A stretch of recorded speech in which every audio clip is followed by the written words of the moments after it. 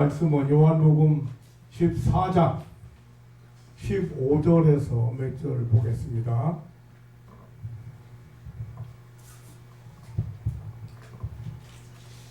너희가 나를 사랑하면 나의 계명을 지키리라. 내가 아버지께 구하겠으니 그가 또 다른 보혜사를 너희에게 주사 영원토록 너희와 함께 있게 하시리니 저는 진리의 영이라. 세상은 능히 저를 받지 못하나니 이는 저를 보지도 못하고 알지도 못함이라. 그러나 너희는 저를 아나니 저는 너희와 함께 거하심이요 또 너희 속에 계시겠습니다. 내가 너희를 고아와 같이 버려두지 아니하고 너희에게로 오리라. 조금 있으면 세상은 다시 나를 보지 못할 터이로되 너희는 나를 다시 보리니 이는 내가 살았고 너희도 살겠습니다.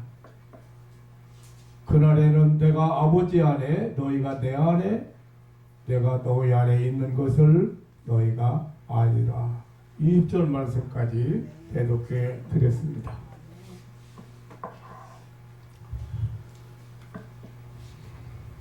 오늘 성령 강림절입니다.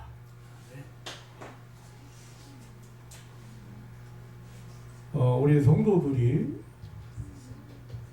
삼위일체 하나님 그리고 성령 하나님에 대해서 잘 모릅니다. 성령의 내주나 성령의 충만이나 혹은 성령의 역사나 성령의 임재에 대해서 너무도 잘 모릅니다. 예. 오늘 성령 강림절을 보내면서 여러분들이 일부라도 지금 성령 여기 임재하셨다 여러분 잘 모르잖아요. 또 성령께서 지금 우리의 기도를 우리가 기도하면 그 기도를 응답해 주신다. 역사하셔서 그 기도를 여기서 했는데 여기서 저기 있는 사람을 위해서 기도했는데 이정여 집사님이 식당에서 밥 먹으면서 오늘 내 딸에 대해서 염려 걱정하고 기도했는데 딸의 문제는 거기서 해결됐다 이거예요. 그걸 어떻게 성령이 역사하는 걸 여러분들이 잘 모르시기 때문에 기도를 하지 않고 기도를 구체적으로 하지 않고 믿음으로 하지 않습니다. 성령을 안다는 것, 성령의 역사를 안다는 것이 굉장히 중요합니다. 사도행전 2장 1절로 4절에 보면 맨 처음에 성령 강림의 현장을 아주 간결하게 소개하고 있습니다. 사도행전 1장에 예수님, 부활하신 예수님께서 40일 동안 많은 사람에게 여러 차례 보이시고 부활 사실을 알리시고 하나님 나라의 말씀을, 하나님 나라에 대한 말씀을 하시고 제자들에게 분부한 것이 있습니다. 그래서 예루살렘을 떠나지 말고 내게 들은 바 약속한 것을 기다리라고, 성령을 기다리라고 당부하셨습니다. 요한은 물로 세례를 베풀었으나 너희는 몇 날이 못되어 성령으로 세례를 받으리라고 하셨습니다. 성령이 너희에게 임하시면 너희가 권능을 받고 예루살렘과 유다와 사마리아와 땅끝까지 내 증인이 되리라고 하시는 마지막 말씀을 마치시고 많은 사람들이 보는 가운데 승천하셨습니다. 예수님의 승천하시는 모습을 지켜보던 제자들은 예루살렘으로 돌아와 그들이 기거하는 다락방에 모였습니다. 가는 요단을 제한 그 11제자와 그리고 예수님을 섬기던 여자들과 어머니 마리아와 예수님의 형제들을 비롯해서 120여 명이 모여서 기도에 힘썼습니다. 그리고 가룟 유다가 자살했기 때문에 가룟 유다의 빈자리를 그 예수님 따르던 사람 중에 요셉이라는 사람도 있고 마띠아라는 사람도 있고 있었는데 그 중에 마띠아라는 사람을 뽑아서 예수님의 부활을 증인으로서 이제 12제자로 채웠습니다. 그러던 중에 오솔연날이 왔고 저희가 다 같이 한 곳에 모였을 때에 성령께서 강림하셨습니다. 그런데 성령께서 강림하실 때에 사도행전 2장 1절로 4절에 보면은 몇 가지 특별한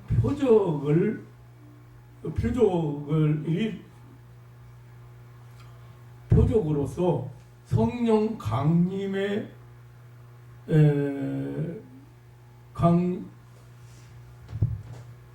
성령께서 이제 강림하시는 것을 증거를 보여주셨는데 그 하나가 하늘로부터 급하고 강한 바람 같은 소리가 들렸다고 했습니다. 거기 사람들이 모인 집안에 그 소리가 가득할 정도로 여기 소리가 들렸고, 또 하나는 불의 혀같이 갈라지는 것이, 다시 말하면 불길처럼 각 사람 위에 이렇게 임하여 있는 것을 보게 되었습니다. 그리고 성령의 말하게 하심을 따라서 다른 방언으로 말하기 시작했다. 다른 지방 방언, 다른 지방 말, 다른 나라 말을 하기 시작했다. 이 세 가지가 표적으로 나타났습니다. 그러니까 이것은 이제 예수님께서 승천하신 후에 보내신다는 약속하신 성령께서 맨 처음 강림하신 현장이었습니다. 이거 설교도 잘못하고 잘못 이해해서 성령의 불 받아라 뭐 이런 사람도 있고, 어떤 사람들은 뭐 성령이 무슨 불입니까? 성령이 강림하실 때 맨 처음에 예수님이 이제 승천하시면서 약속하셨거든요. 예수님 떠나지 마라. 몇 날이 못돼 너희가 성령으로 세례를 받는다. 그래서 예루살렘에 있는 다락방에 제자들과 부녀들과 그리고 한 120명 정도가 모여서 기도하고, 이제 가룟 유다를 대신해서 제자도 하나 선발해서 세우고 기도하고 이러고 다 그러고 있을 때 성령께서 이제 임하시는데 그 표적이 하늘로부터 급하고 강한 바람 소리 같이 들렸다는 거예요. 귀로 들렸어요. 그리고 그게 성령 아니잖아요. 잘 하셔야 돼요. 그 엉뚱한 짓 하지 말아야 돼요. 그리고 각 사람 위에 불이 혀같이, 그러니까 불길이 이렇게 보였다. 각 사람 위에. 성령이 불이 아닙니다.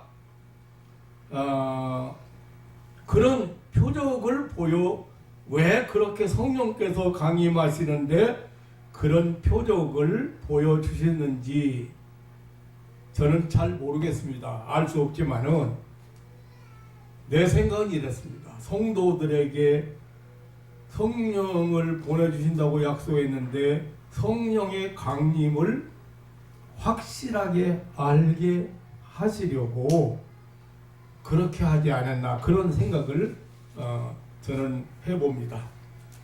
무엇보다 중요한 것은 이제 약속하신 성령께서 강림하셔서 인류 구원을 위한 역사를 본격적으로 시작하셨다는 것입니다.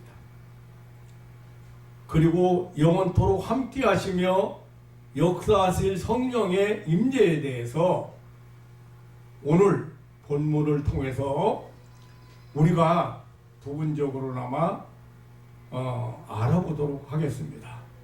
오늘 본문 요한복음 14장 전체를 다 보면 더욱 좋겠습니다만은 가장 중요한 부분을 제가 15절 말씀부터 시작했습니다만은 여기 16절에 보면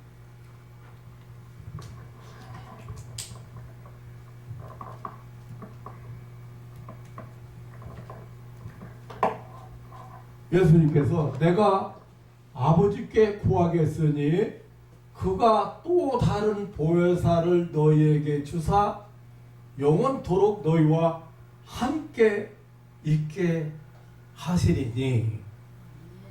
그러니까 예수님도 보혜사지만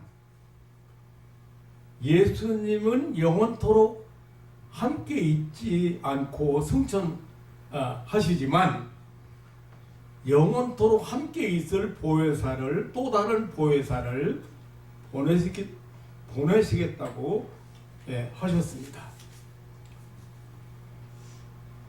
하나님은 세상을 사랑하사 영생을 주시려고 독생자를 보내셨습니다.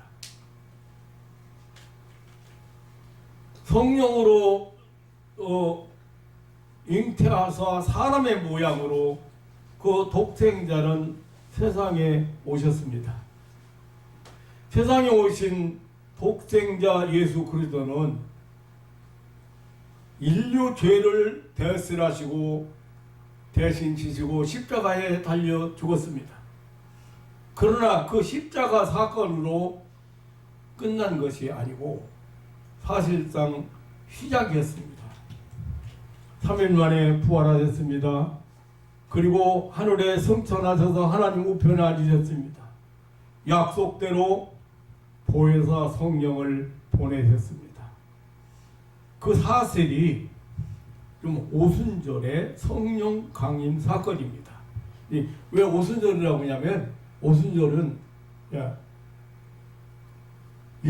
안식일 7번, 안식일 7번, 7일을 7번, 7일이 49, 그 다음에 50일이에요. 그러니까 6월절을 지키고 안식일을 7번 지내고 그 다음날 50일째 되는 날 오순절이라. 오순절에 예수님께서 약속하신 성령께서 임하셨는데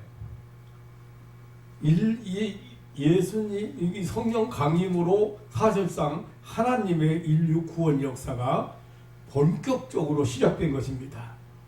그러니까 예수님께서 죄를 담당하시고 십자가에 우리 죄를 담당하시고 죽었기 때문에 우리에게 영생 주시고 우리 죄 사함 받고 우리가 이제 하늘나라 백성이 되고 영생 주셨는데 이 사실을 알고 믿게 하기 위해서 오신 분이 누구예요?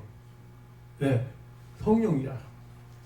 그런데 그 성령을 지금 성경은 보혜사 성령이라고, 보혜사라고 그렇게 표현했어요.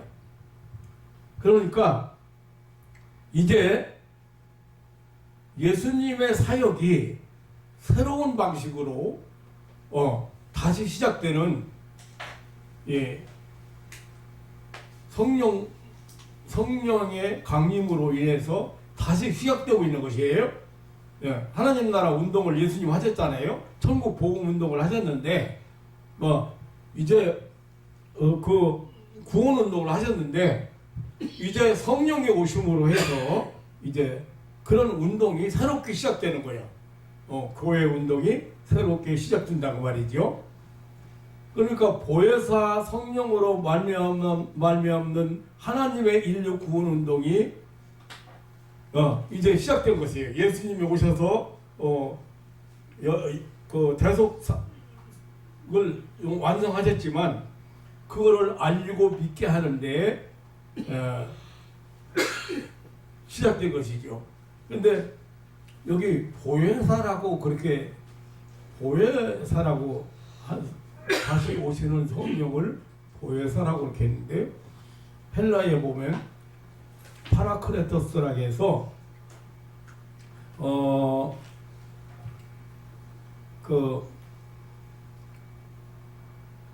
요한복음 14장 16절 그리고 26절 15장 26절 16장 7절 그리고 요한일서 2장 1절 이런 데에 이 보혜사라는 용어를 사용했습니다.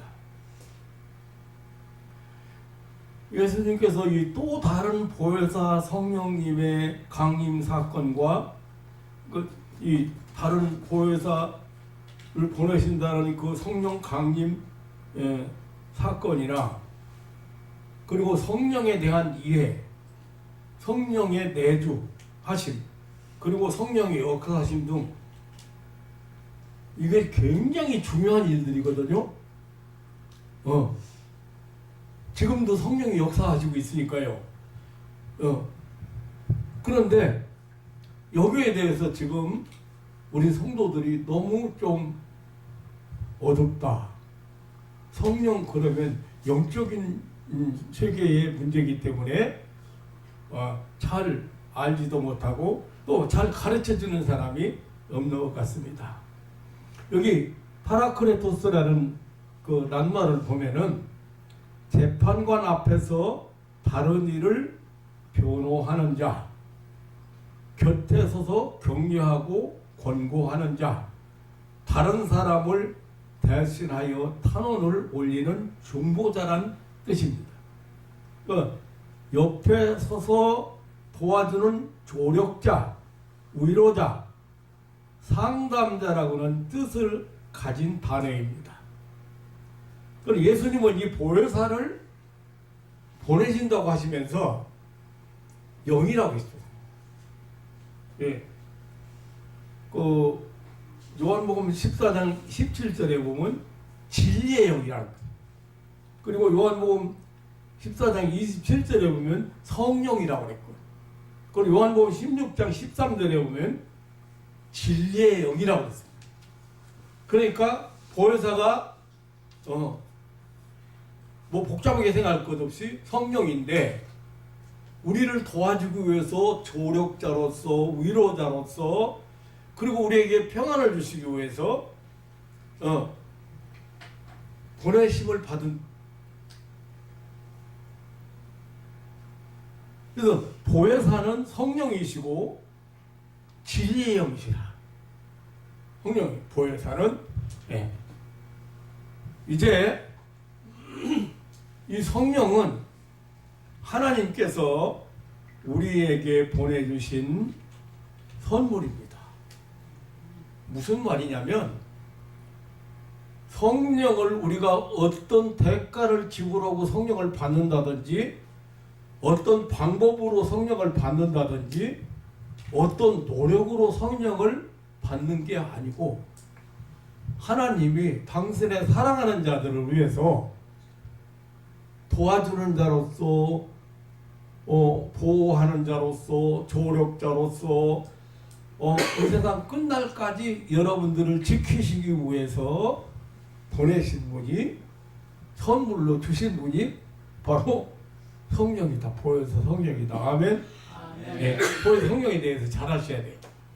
그래서 오늘 16절에 있잖아요. 내가 아버지께 구하겠으니 그가 또 다른 보혜사를 너희에게 주사 영원토록 너희와 함께 있게 하신다. 자, 예수님은 사람의 몸을 입고 세상에 오셔서 사람처럼 오셨다고 말이에요. 그러니까 우리와 영원토록 같이 있을 수가 없지요. 그래서 예수님은 이제 승천하셨지만 이제 보혜사를 보내서 우리와 함께 하신다. 15장 요한복음 15장 26절에 보혜사 곧 내 아버지께서 내 이름으로 보내실 보혜사라고 했습니다. 즉 하나님께서 예수 이름으로 보혜사 성령을 우리에게 보내 주실 것이라고 하신 것입니다. 요한복음 16장 17절에 그러하나 내가 너희에게 실상을 말하노니 내가 떠나가는 것이 너희에게 유익이라. 내가 떠나가지 아니하면 보혜사가 너희에게로 오시지 아니할 것이요 가면 내가 그를 너희에게로 보내리니라고 했습니다. 그러니까 예수님께서 승천하시면 보혜사를 우리에게 보내신다고 했습니다.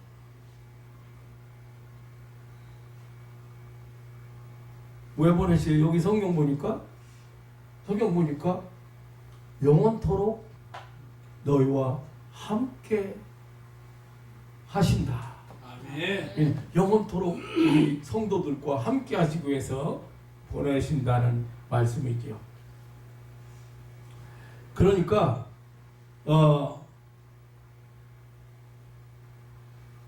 중요한 사실은 뭐냐? 예수님께서 부활 승천하시고 하나님 보좌 우편에 앉아 계시고 또 다른 보혜사 즉 성령으로 우리 중에 오셨다는 사실입니다. 예수님께서 약속하신 성령께서 보혜사로 우리 중에 오셨다는 사실입니다. 그러므로 보혜사는 파라크레토스는 영적인 존재 양식으로 우리를 도와주시려고 조력자로서 위로자로서 역사 현장에 임재하셨다는 것입니다. 예수님을 육신에 입으시고 사람의 모습으로 오셨지만 이제 보혜사 성령은 다른 형태로 오셔서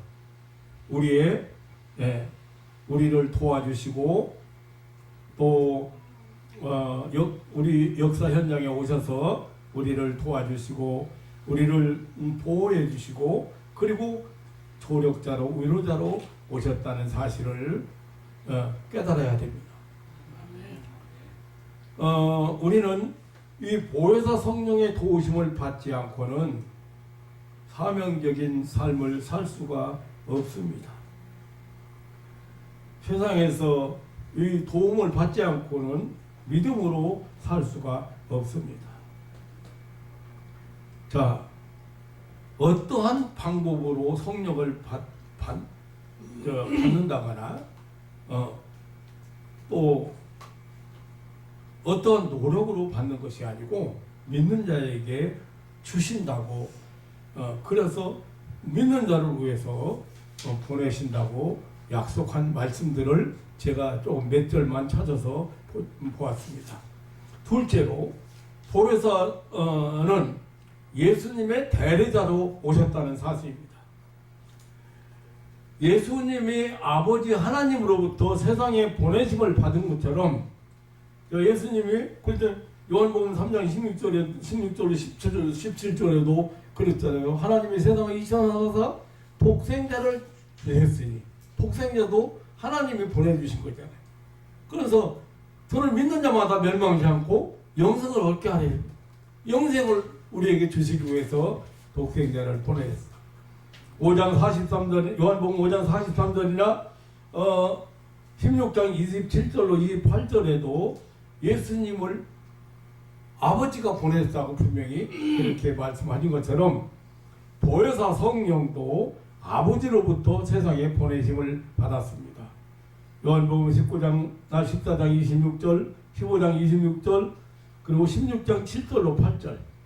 그리고 예수님께서 진리이시며 또한 진리를 말한 것처럼 예수님이 내가 진리라고 말씀하시고 나만이 진리라고 말씀하시고 그렇게 하신 것처럼 그 요한복음 8장 32절이나 36절, 40절, 14장 6절 이렇게 말씀하신 것처럼 보혜사 성령도 진리의 영으로 오셔서 진리를 말씀하신다고 오늘 다음 절 한 절만 봐도 저는 진리의 영이라 진리의 영이라 세상은 능히 저를 받지 못하나니 이는 저를 보지도 못하고 알지도 못함이라. 그러니까 진리의 영으로 오시고 또 15장 26절로 27절 16장 13절 거기 보면 성령은 진리의 영이라. 그런데 예수님께서 제자들을 가르치는 것처럼 보혜사 성령도 제자들을 가르치시고 진리를 생각나게 하는 교사로서 오셨습니다. 요한복음 14장 26절 또 예수님께서 죄와 심판에 대하여 말씀하신 것 같이 요한복음 8장 21절이나 24절, 9장 38절, 15장 22절로 24절, 12장 31절로 48절 이런 내용들을 보면은 예수님께서 늘 죄에 대해서 그리고 심판에 대해서 말씀하셨는데 보혜사 성령도 죄에 대하여 의에 대하여 심판에 대하여 말씀하실 것이라고 요한복음 16장 8절로 9절에 말씀하고 있습니다. 그러므로 우리에게 오신 보혜사 성령은 사실상 예수님과 같은 분으로 예수님을 대리해서 예수님과 동일한 사역을 하시는 분이라는 사실입니다. 마지막으로 세 번째 중대한 사실은 예수님을 대신하여 보혜사로 우리 중에 오심으로 우리에게 너무도 많은 축복이 주어진다는 사실입니다. 보혜사 성령이 오셔서 예수님을 증거하고 또 우리로 하여금 복음 증거 사역을 하게 하시는 것은 말할 필요도 없고 우리 자신들이 직접 받는 축복이 크다, 많다 그 말입니다. 그러니까 우리가 항상 받는 은혜들이 많다. 첫째는 임마누엘의 축복입니다. 무슨 말이에요? 우리와 함께 하신다는 요한복음 14장 16절에 영원토록 우리와 함께 있겠다고 하셨습니다. 요한복음 14장 23절에 우리 속에 있고 우리와 동거한다고 했습니다. 마태복음 28장 20절에 예수님께서 세상 끝날까지 너희와 함께 있으리라고 하셨는데 이 바로 보혜사의 임재를 가리켜서 하신 말씀입니다. 그리고 마태복음 18장에 보면 두세 사람이 내 이름으로 모인 것에는 나도 그들과 함께 있겠다고 하셨습니다. 지금도 우리가 주의 이름으로 모였기 때문에 이곳에 임재하신 거예요. 그게 보혜사 성령이에요. 그런데 여러분들이 눈에 안 보이고 몸에 느낌이 없고 뭐 아무런 뭐가 없으니까 성령이 임재하셨는지 왜 이 예배 시간이 소중한지 기도가 왜 소중한지 한번 생각해 보세요. 기도를 들으시는 성령께서 기도를 들으시고 응답하시는데 기도를 중언부언해도 안 되고 오히려 이런 기도는 괜찮아요. 지금 우리 태윤이가 말 똑바로 못 하더라도 말 똑바로 못 하지? 자기 의견을 똑바로 전달을 못 해도 엄마 아빠가 알아들어요, 못 알아들어요? 알아들어요. 그것처럼 우리가 유창하지 못하고 뭐 아주 그냥 막 문학적으로 합리적으로 안 맞는다고 하더라도 중요한 것은 내가 믿음으로 기도하는가가 중요한 거예요. 구체적으로 기도하는 말을 내가 계속 강조하는 거예요. 그래야 응답이 받았는지 안 받았는지 알 거 아니에요. 성령의 임재를 사람들이 잘 모르고 있습니다. 그러니까 여기 임마누엘의 축복은 대단한 거예요. 하나님이 함께 하신다. 목사가 능력이 있어서 기도하면 병자가 일어나고 죽은 자가 살아나고 그런 거 아니에요. 하나님께서 역사하시는 거예요. 임마누엘 하시는 거예요. 그러니까 기도 받는 사람도 얼마나 중요한지 몰라요. 기도하는 사람도 중요하고 믿음으로 기도할 수 있는 확신이 어디서부터 오느냐면 우리가 하나님의 성령께서 우리와 함께 하신다는 임마누엘의 축복을 여러분들이 잘 모르고 있다. 근데 왜 몰라요? 경건 훈련이 안 돼서 그래요. 그리고 못 깨달아요.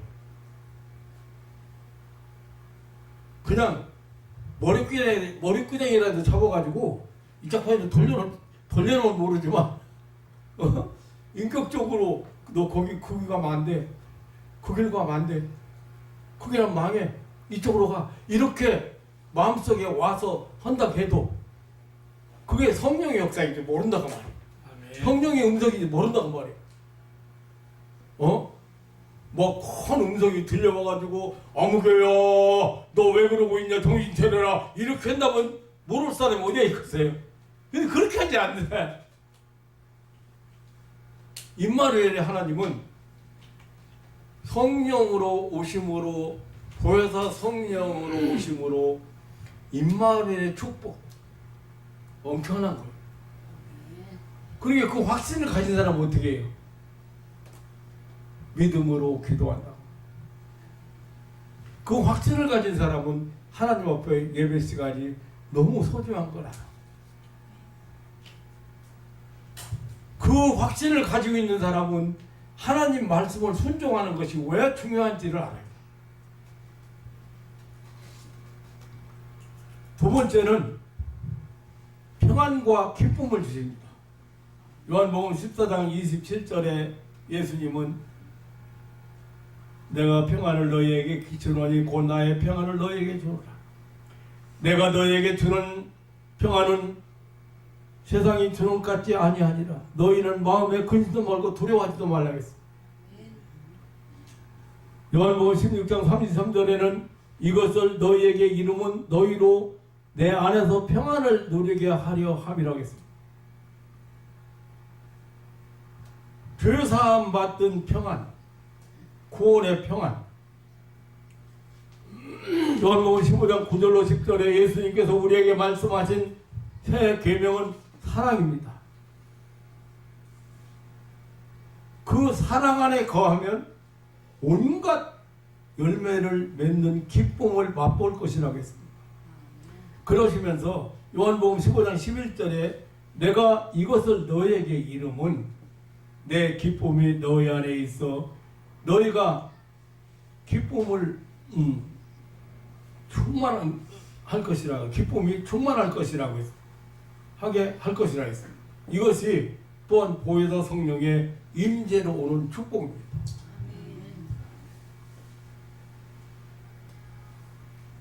기도 응답을 체험한 사람들은 그보다 더 큰 기쁨이 없어요. 왜요? 그게 열매잖아요. 말하자. 삶의 열매잖아요.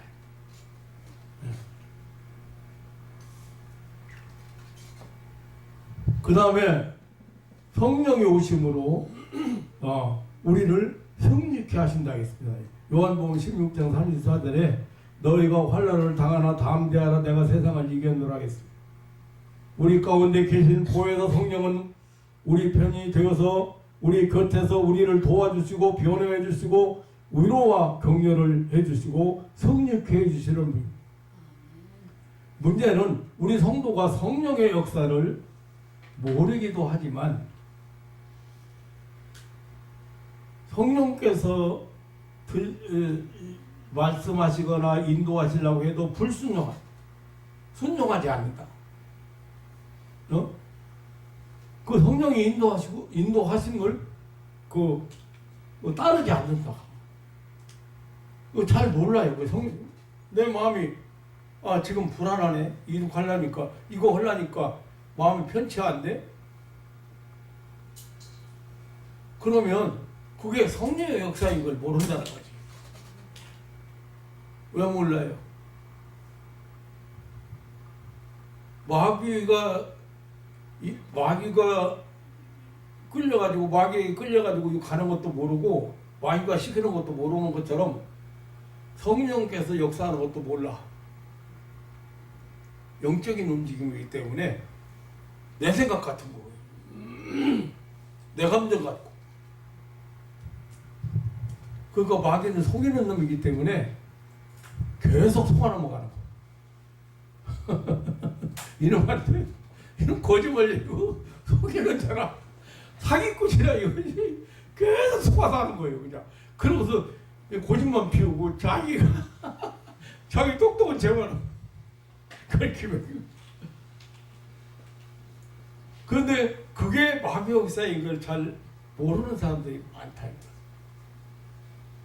아니 내가 만난 사람 중에는요 그렇다니까. 근데 그걸 좀 확실하게 이제 사로잡힌 사람은 그걸 느끼는 거예요. 내가 얘기했잖아요 옛날에. 지금 막 휘달려가지고 그 생각이 오는데 아파트에서 뛰어내리라는 생각. 너 살아서 뭐냐 그렇게 고통받아가면 사람 뭐냐 뛰어내려 그러는데 아직 내가 의지가 있고 위성이 있으니까 뛰어내려요 안 때려요? 12층 13층에 뛰어내리면 죽는데 누가 뛰어내려? 안 뛰어내린다 이거예요. 그러면 안 뛰어내리면 머리가 터지는 것처럼 아픈 거예요. 고통스러운 거예요. 그러니까 이걸 면할 길이 없는 거예요. 어떻게 해야 되는지를 몰라. 그럼 배적에서 싸우면 되는데. 야 이 자식아 너 나 죽이려고 여기서 뛰어내리라고 이 자식아? 내가 너한테 쏠 줄 알아? 이렇게 하면 되는데 그렇게 싸울 줄 아는 사람이 없다는 거지. 심지어는 아주 심한 사람 못하니까요. 음식을 채놓고 밥 먹으려고 하는데 김치 먹여야지 이러고 이거 가잖아. 김치 먹어라 속으로 생각하는 거예요. 생각을 갖다 주는 거예요. 김치 먹어라. 그러면 내 생각 같잖아 이게. 그거 먹여야 돼.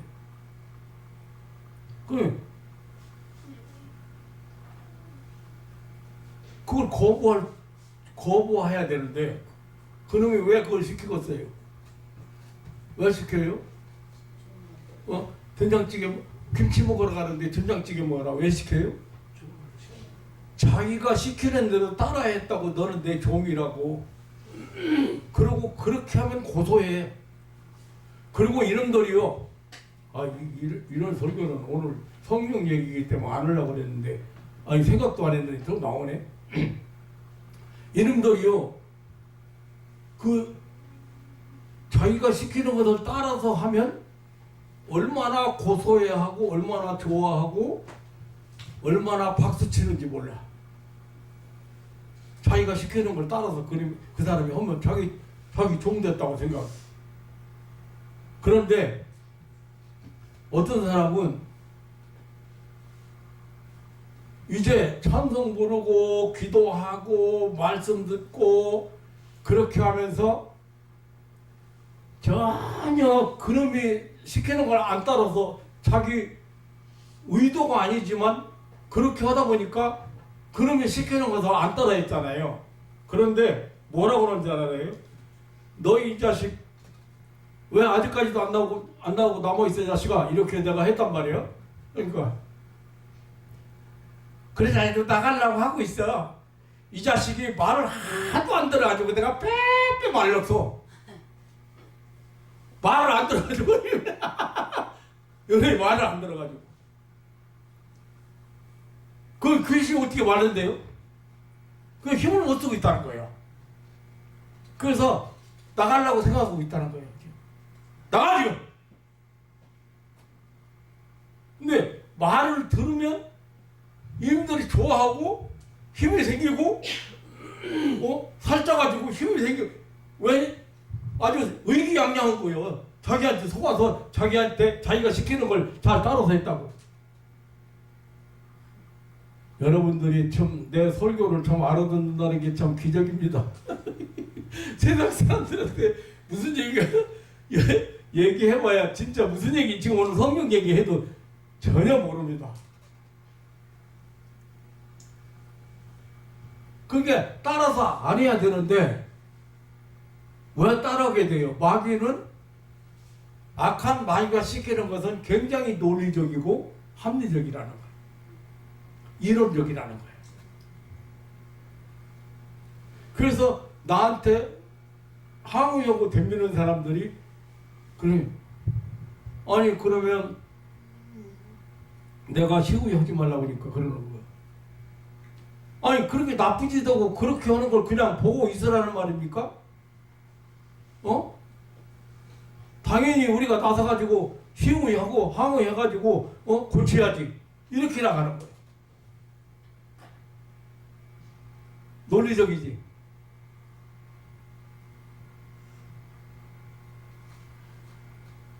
아들이 그렇게 섭섭하게 했는데 섭섭 안 할 사람이 어디 가느냐 이거요.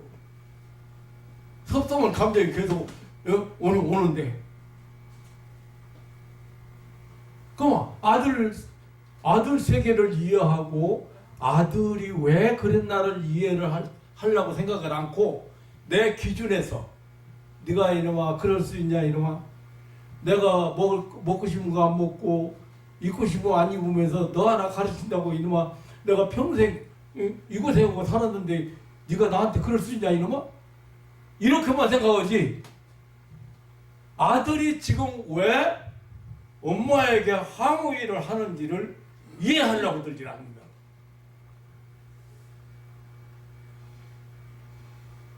그러니까 마귀가 그 섭섭한 마음을 안 없어지게 만들어. 그럼 누구 종로로 돼? 성령의 역사를 따르려면 마귀 역사를 회개를 해야 돼요. 마귀가 주는 생각을 바꾸지 않고 마귀한테 이끌려가는 것을 방향을 안 돌리고, 그리고 절대 성령의 역사는 안 씁니다. 로봇처럼, 인형처럼 그렇게 하나님이 조절하시는 하나님이 아니에요. 인격적으로 하셔요.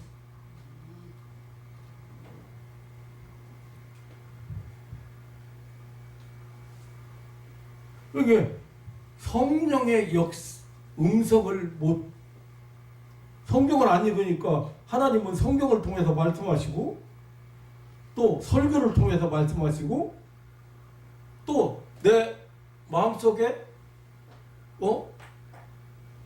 소리로 들리는 게 아니라 마음속에 음성으로 인도하신다, 그 말이에요. 그런데 그걸 내가 거부하는 거예요. 못 듣는 거예요. 들으려고도 않고. 옛날에 목회할 때 가만히 보니까 오늘은 내가 이 말씀 가지고 오늘 그냥 아무개 집사님도 회개 좀 하고 아무개 권사님도 좀 회개하고 몇 사람이 이 말씀 가지고 회개해야 되는데, 그날 수만 않고 그 사람들만 안 왔어. 너 오늘 거기 가면 목사님한테 그 말씀 듣고 너 회개하면 안 되니까 엉뚱한데 방향 돌렸어. 왜 못 왔냐 보니까 어제 저녁에 토요일 저녁에 남편하고 싸우고서 마음 상해가지고 잔뜩 그동안에 밀려있던 세탁하다 보니까 11시 지났어. 그거에 못 왔다 이거예요. 우연같이 싸울 때 벌써 마귀가 시킨 거예요. 감정도 별로, 싸울 때부터 시켜가지고 감정 상하게 만들고, 교회 감정 상해가지고 교회 가면 뭐 은혜가 되겠어 생각해봐.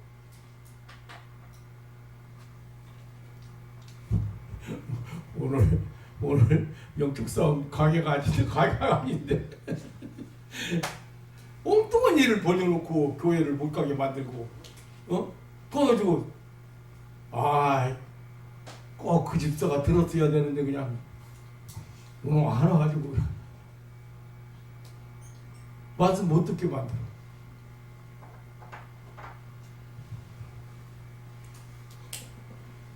그게 그리고 세미한 음성이거든요. 우리 마음속에 오는 음성은 하나님이. 그래서 경건훈련, 기도생활, 복종생활 이런 것을 잘하는 사람이 그런 음성을 잘 듣고 순종하는 삶을 살아갈 수가 있어요. 인도하심을 받을 수가 있고.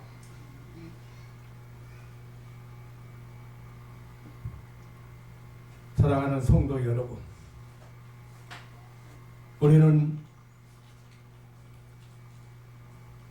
역사적으로 예수 그리스도의 구세주 되심과 하나님의 인류 구원 성취를 입증한 사실에 대해서 추워도 의심 여지가 없습니다. 예수님의 탄생 사실, 예수님의 대속의 십자가 고통, 그리고 예수님의 계속적인 그런 치유 사역을 통한 천국 임재 확증 이런 것도 또 십자가 위에서 인류의 구속을 성취하신 사실, 부활 성찬하셔서 하나님 우편에 앉으신 일 등 모두가 인류를 구원하시는 하나님의 독생자이심을 확증했습니다. 변할 수 없는 하나님의 사랑의 약속을 성취하셨습니다.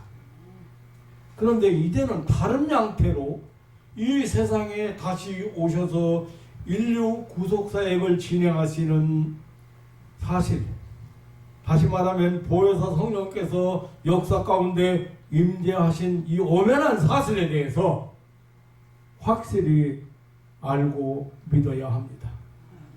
바로 그 보혜사는 이 지상의 하나님 나라, 다시 말하면 이 하나님 나라 운동, 그 복음 전파지요. 복음 전파, 이 교회를 탄생시킨 것이에요.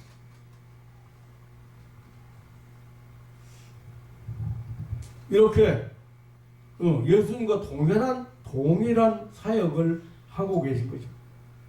오순절에 임한 성령 강림은 예수님께서 말씀하신 또 다른 보혜사가 세상에 오신 사실을 말하고 있는 것입니다. 그 결과 세상에는 새롭게 하나님의 인류구원 운동이 일어나기 시작했습니다. 그것이 바로 보혜사 성령의 탄생시킨 역사상의 교회 운동입니다. 지상에 탄생한 교회는 보혜사로 다시 오신 성령을 만난 사람들이, 체험한 사람들로 말미암아 이루어진 단체입니다. 보혜사로 오신 성령님을 만난 사람들이 구원의 은총을 받고 모여 기도하고 감사하고 찬송하며 예배했습니다. 그 무리들의 모임이 바로 교회. 그들은 예수님의 십자가의 구원 은총을 예루살렘과 유대와 사마리아 땅 끝까지 전하게 된 것입니다. 그 결과 2000년이 훌쩍 넘도록 이렇게 기독교 역사를 만들어냈습니다. 전 세계 3분의 1이 넘는 사람이 예수를 믿고 있습니다. 요한복음 14장 17절에 세상은 이 사실을 모른다고 했습니다. 성령이 온 사실, 성령이 강림한 사실, 그리고 성령이 어떤 분인가 모른다 했습니다. 왜냐하면 세상은 이 보혜사 성령을 받지 못했기 때문이라고 했습니다. 그래서 세상은 저를 보지도 못하고 알지도 못한다고 했습니다. 그러나 우리는 이 보혜사를 안다고 했습니다. 그 보혜사가 우리와 함께 거한다고 했습니다. 우리 속에 거처를 삼으신다고 했습니다. 참으로 주신 자와 받은 자밖에 알 수 없는 생명의 비밀입니다. 그러므로 육으로 난 것은 육이요 성령으로 난 자라야 영이라고 했습니다. 사람이 물과 성령으로 거듭나야 하나님 나라에 들어간다고 했습니다. 살리는 것은 영이라고 했습니다. 요한복음 6장 63절에 예수님이 우리에게 이런 말이 영이요 생명이라고 했습니다. 보혜사 성령의 역사를 본 자들, 만난 자들, 체험한 자들이 자신의 인생을 서럽게 살아가는 자들입니다. 그리고 복음을 위해서, 영혼 구원을 위해서 하나님께 드리는 삶을 살아가는 사람들입니다. 사랑하는 성도 여러분, 우리를 위해서 세상에 오신 또 다른 보혜사 성령의 도우심을 항상 구하고, 그리고 경건한 생활을 통해서 성령의 인도하심과 역사하심을 따라서 사는 세상에서 승리자들이 되시고 성자들이 되시기를 주님의 이름으로 축원합니다. 아멘. 저는 이 일을 할 때는 진짜 어떤 것은 굉장히 세밀하게 역사하실 때 있거든요. 이렇게 상대방 얘기를 딱 듣잖아요. 그러면 어디가 문제가 생기고 어디가 무엇이 문제가 되고 이런 거에 대해서 제 마음에 와 깨닫게 된다고 말이에요. 성령께서 하시는 일이에요. 사람들이 목사님 왜 그거 어떻게 알지? 옛날에 정원 선생님 다리 아파가지고 차도 못 타고 못 걸어 다니는데 우리 집으로 모시고 갔잖아. 봉고차에다가 모시고 갔는데 기도 올라고 이제 손 얹으니까 어디 갔다 왔냐니까 어디 갔다 온 데 없대. 나중에서 낫고 난 데서 깨달은 거예요. 떠나면서 깨달은 거예요. 혼내니까 뭐라고 하는지 알아요? 속으로 지금 실제적으로는 마귀의 생각인데 속으로 오는 생각은 본인 생각 같잖아요. 내가 이런다고 나갈 줄 아냐? 이런 거요. 그걸 내가 어떻게 들어? 소리도 안 나는데.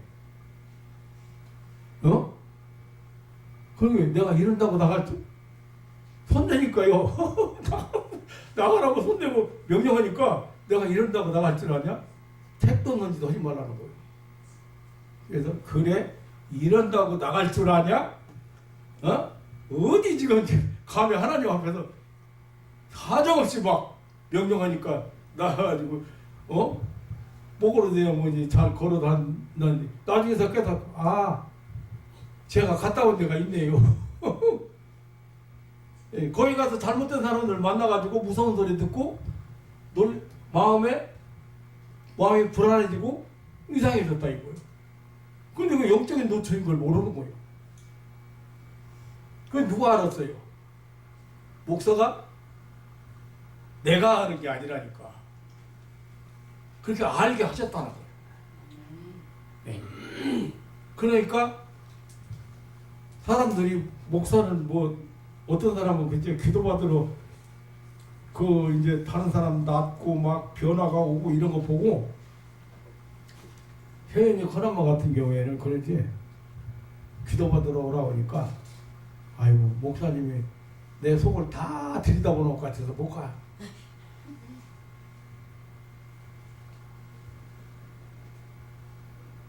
내가 내가 사람 속을 어떻게 사람이 들여다봐.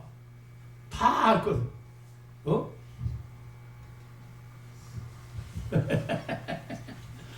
이 성령의 역사예요.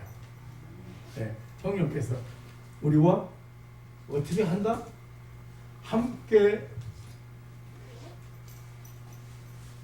그러나 너희는 저를 아나니 저는 너희와 함께 거하시며 또 너희 속에 계시겠습니다. 지금 성령의 내주도 모르는 거예요. 왜냐면 우리 마음을 성령께서 주장하시기를 원하시거든요. 또 인도하시기를 원하시는데 내 고집대로만 사는 거예요. 내 방식, 내가 원하는 대로만 사는 거예요. 불순종한다 그 말이죠. 그리고 어떻게 인도하는지를 잘 모른다. 세상 끝날까지 보혜사 성령 여러분을 도와주시고 조력해 주시고 위로해 주시고 격려해 주시고 세임 주시는 성령께서 함께 하시는 것을 믿으시기를 축원합니다. 아멘. 예수님이 거짓말했단 말이에요. 내가 세상 끝날까지 너희와 함께 보아라 볼지어다. 아멘. 응? 함께 하시라. 그거를 체험하고 사는 사람들이 기도하는 사람이고, 그것을 체험하고 사는 사람들이 기독교인들이고, 그걸 체험하고 사는 사람들이 참으로 신앙인, 행복한 사람. 사랑하는 성도 여러분, 오늘 성령 강림절에 제가 짧은 시간에 많은 것을 여러분들에게 전하지는 못하지만 어떻게 왜 임하셨는지 그 엉뚱하게 사도행전 2장 1절로 4절 거기서 불같은 성령 찾지 마라. 근데 이런 건 있어요. 성령께서 역사하실 때 온몸이 뜨거워요. 이 속에 있는 더러운 기운들이 다 그 성령 역사에서 치료하실 때 그런 일이 벌어져요.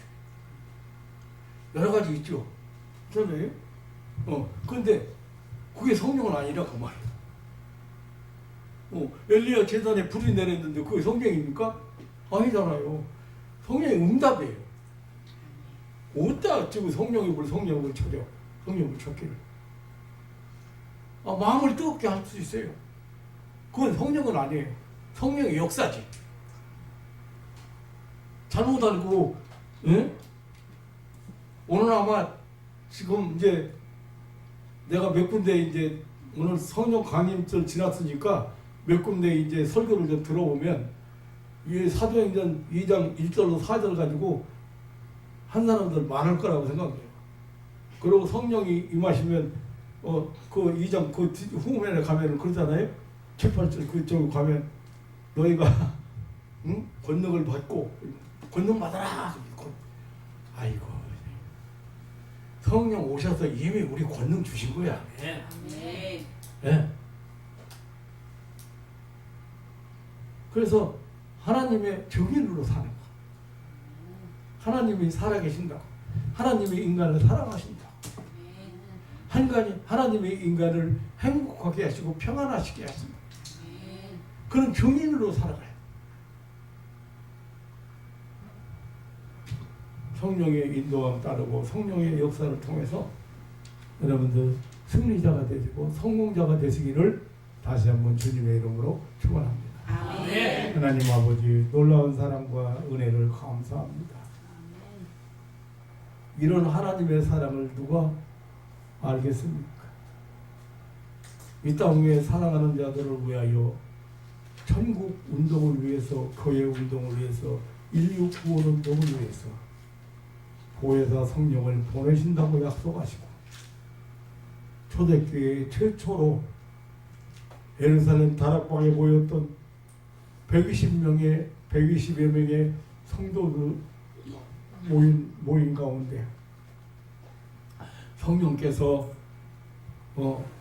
강림하시고 역사하시고 그걸 기점으로 해서 교회가 탄생했습니다. 하나님 아버지, 오늘날 이 성령에 대한 어떤 확실한 이 체험도 없고 정립이 안 돼 있어서 많은 사람들이 혼란에 빠지고 있습니다.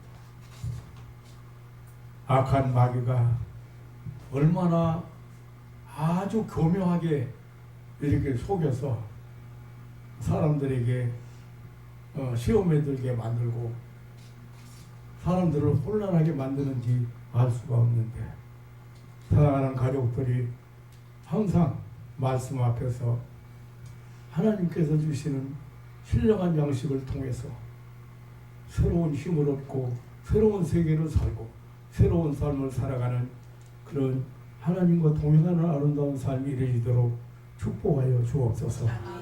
하나님의 성령의 음성을 들을 수 있는 경건한 귀가 열리게 하옵소서.